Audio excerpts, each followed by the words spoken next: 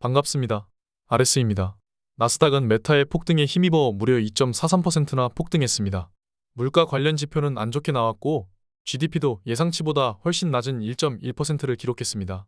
그러나 주가는 원웨이 상방으로 향했습니다. 장마감 후 아마존 실적 발표가 있었습니다. 좋은 실적이 나오면서 급등했으나 클라우드 성장성 우려 제기와 AI 투자 비용 증가 등으로 인해 오히려 10% 넘게 반납하고 현재 하락 중입니다. TQ는 아마존이 폭등했을 때 최고점을 찍었습니다. 28.23불을 찍었고 전고점을 돌파했었습니다. 스파이는 다시 410을 돌파했고 현재 412불 정도입니다. 오늘 같은 원웨이 상방은 정말 오랜만에 보는 것입니다. 지표 발표들을 보고 사람들은 굉장히 안 좋게 생각했습니다. 그러나 주가는 정반대로 흘러갔습니다. GDP가 매우 낮게 나왔기 때문에 오히려 바닥이라고 생각하고 기관 자금들이 흘러들어온 것일 수도 있죠. 테슬라의 경우에도 초반 지수와 반대로 폭락하는 듯 싶었으나 150불을 지키고 160불대로 다시 올라왔습니다. 저의 테슬라 마지막 매수는 말씀드렸다시피 153불이었습니다. 단기적으로라도 괜찮은 매수 자리였다고 말씀드렸었습니다.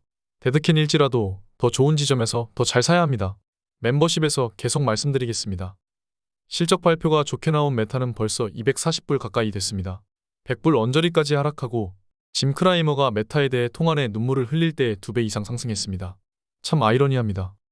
아마존은 폭등했다가 다시 상승분을 전부 반납하는 그림이 나왔습니다.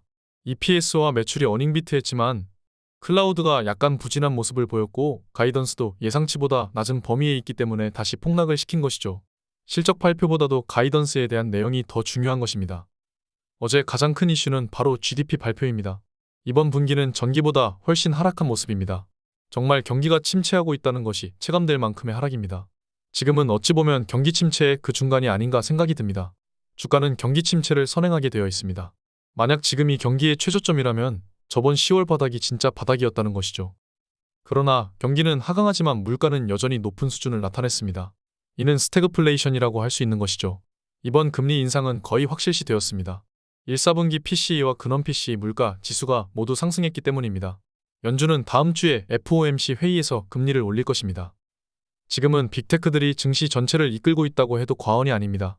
시가총액이 큰 빅테크들이 증시를 이끌고 있는데 이는 어쩌면 당연한 수순인지도 모릅니다. 점점 많은 빅테크가 작은 테크 기업을 흡수하고 돈들은 다시 그쪽으로 흘러들어갑니다. 스파이는 다시 저항선을 뚫었고 나스닥도 좋은 모습을 보여주고 있습니다. TQ도 채널 안에서 다시 오른 모습이고 곧 상단에 도달할 예정입니다. 반면 SOXL 같은 경우 삼각수렴의 끝으로 가다가 이탈하는 모습을 보여줬습니다. 엔비디아의 경우 최근 크게 상승했기 때문에 엔비디아가 조정을 받으면서 추세를 이탈한 것이죠. SOXL 같은 경우 각각 속한 반도체 주식들이 큰 비중을 차지하기 때문에 개별 주식들의 상태를 잘 살필 필요가 있습니다. 애플을 봅시다. 애플은 이미 하락 채널을 완전히 뚫고 상승했습니다. 애플은 전고점에서 얼마 하락하지도 않았는데 이유는 워렌 버핏이 크게 들고 있고 팔지도 않고 주가가 떨어지면 사기만 하기 때문입니다. 또한 애플은 벌어들이는 이익으로 다시 자사주를 매입해 소각하는 식으로 유통 물량을 줄이고 있습니다. 그렇기에 애플은 무적의 주식인 것이죠. 우리는 애플의 비중이 제일 큽니다. 애플이 반토막 나려면 워렌 버핏이 주식을 처분해야 합니다. 워렌 버핏은 미국의 신봉자이자 자본주의의 화신입니다. 버핏이 팔지 않는다면 애플은 계속해서 자사주를 소각하고 상승할 것입니다. 미국이 계속 상승할 수밖에 없는 이유입니다. 여러분, 마진부채입니다. 증시는 항상 마진부채가 고점일 때 고점이었고 마진부채가 저점이었을 때 바닥을 찍었습니다. 지금 보시면 마진부채가 딱 봐도 낮은 레벨이라고 볼 수 있습니다. 사람들이 빚으로 투자하는 비중이 딱 봐도 엄청나게 적어진 것을 볼 수 있는 것입니다. 파월이 금리를 미친 듯이 올리고 사람들에게 꿈이 아닌 현실을 보여준 이유는 이 마진부채를 줄이고 더 많은 사람들을 구제해주기 위해서입니다. 정신을 차린 사람들은 마진부채를 엄청나게 줄였었고 지금은 바닥을 찍고 상승을 하고 있다고도 볼 수 있습니다. 저는 계속 말씀드렸다시피 지금 전략은 조정시 매수, 과매수 구간 리밸런싱이라고 말씀드렸는데 최근엔 매수만 했었습니다. 정말 어쩌면 바닥이 지났는지도 모릅니다. 우리가 베타를 유지하고 있으니 이 상승도 즐길 수가 있는 것이죠. 우리는 다시 올 매수 시점을 위해 항상 준비해야 합니다. TQ를 매수할 수 있는 시기가 다시 올 수 있습니다. 현금 비중이 너무 없다면 어느 정도 팔아서 현금을 마련하는 것도 중요합니다. 다음 주는 드디어 금리 결정입니다. 지금 주식 투자를 시작하시는 분들은 이번 연도를 제대로 투자해야 합니다.